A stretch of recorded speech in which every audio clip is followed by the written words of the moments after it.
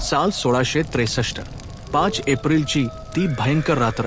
स्वराज्याची राजधानी असलेलं आणि शिवरायांच्या बालपणीच्या आठवणींनी सजलेलं पुणे शहर मुघलांकडून चिरडलं जात होतं. दिल्लीच्या औरंगजेबाचा सख्खा मामा आणि मुघल साम्राज्याचा सर्वात क्रूर सरदार शाहिस्तेखान पुण्यात तळ ठोकून बसला होता. आणि त्याने आपला मुक्काम ठोकला होता साक्षात शिवाजी महाराजांच्या घरात, लाल महालात. गेली सलग 3 वर्षे या शाहिस्तेखानाने आणि त्याच्या अवाढव्य फौजेने स्वराज्याची अक्षरशः राखरांगोळी केली होती. शेती जाळली, मंदिरे तोडली आणि रयतेवर भयंकर अत्याचार केले. या मुघल राक्षसाला लाल महालातून बाहेर काढणं अशक्य वाटत होतं, कारण लाल महालाच्या बाहेर तब्बल 1 लाख मुघल सैनिकांचा अत्यंत कडक आणि खडा पहारा होता. तिथे मुंगीलाही आत जाण्याची परवानगी नव्हती. पण जोवर शत्रूचा कोथळा बाहेर येत नाही तोवर सह्याद्रीचा वाघ शांत बसणार नव्हता. आता या 3 वर्षांच्या अत्याचारांचा हिशोब चुकता करण्याची वेळ आली होती.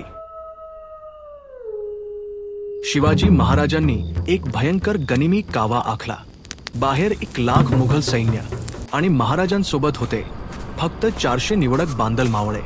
जर चुकूनही हा डाव फसला असता तर त्या 1 लाख सैन्याने या 400 मावळ्यांच्या आणि स्वतः महाराजांच्या देहाच्या अक्षरशः चिंध्या केल्या असत्या. लाल महालाच्या कानाकोपऱ्याची माहिती महाराजांना होती, कारण ते त्यांचं स्वतःचं घर होतं. त्यांनी यासाठी एक अत्यंत अचूक दिवस निवडला. रमजानचा महिना सुरू होता. दिवसभर उपवास करून मुघल सैनिक रात्रीच्या वेळी थकून गाढ झोपेत असणार हा महाराजांचा अंदाज होता. 5 एप्रिलची ती मध्यरात्र.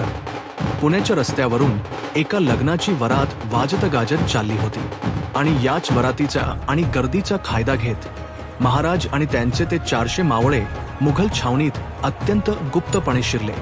डोक्यावर मुंडासे आणि हातात लपवलेल्या तलवारी घेऊन हे मावळे मुघल सैनिकांना गुंगारा देत थेट लाल महालाच्या भिंतीपर्यंत पोहोचले.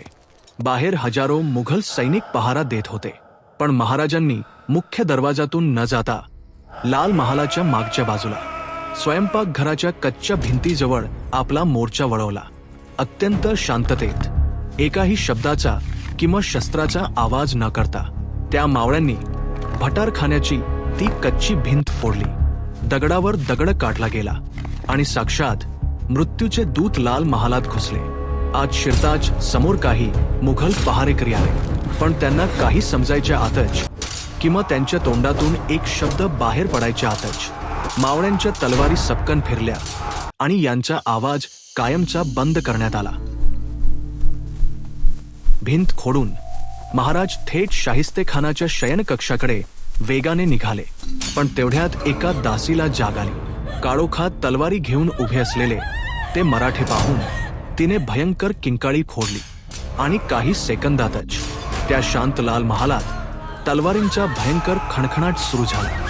शिवाजी आला, शिवाजी आला या हाकेने मुघलांच्या छावणीत अक्षरशः गाळण उडाली. कोणालाच काही समजेना की शिवाजी आत आलाच कसा. 1 लाख सैन्य बाहेर असताना हा वाघ महालात घुसला कसा. शाहिस्तेखानाच्या खोलीबाहेर त्याचे अंगरक्षक महाराजांवर तुटून पडले. पण आज मावळ्यांच्या तलवारी रक्ताची होळी खेळत होत्या. जे समोर आलं त्याला सपासप कापून महाराज शाहिस्तेखानाच्या खोलीच्या दरवाजावर पोहोचले.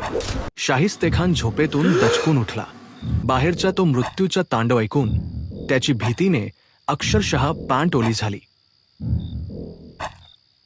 मृत्यू साक्षात समोर उभा आहे हे पाहून शाहिस्तेखानाला काहीच सुचेना. तो लपण्यासाठी अंधारात सैरावैरा पडू लागला. जीव वाचवण्यासाठी त्याने महालाच्या खिडकीतून खाली उडी मारण्याचा प्रयत्न केला. पण तेवढ्यात साक्षात काळ बनून छत्रपती शिवाजी महाराज तिथे पोहोचले. खानाने खिडकीच्या कट्ट्यावर हात ठेवला आणि हवेत सणसणत महाराजांची भवानी तलवार फिरली. सपकन वार झाला. शाहिस्तेखानाचा जीव तर वाचला आणि तो खिडकीतून खाली पडला. पण खिडकीच्या कट्ट्यावर त्या मुघल राक्षसाची 3 बोटं कायमची तुटून पडली. औरंगजेबाच्या सर्वात ताकदवान मामाची 3 बोटे शिवरायांनी एका झटक्यात छाटून टाकली होती. रक्ताच्या चिळकांड्या उडाल्या आणि खानाची भयंकर किंकाळी त्या लाल महालात घुमली.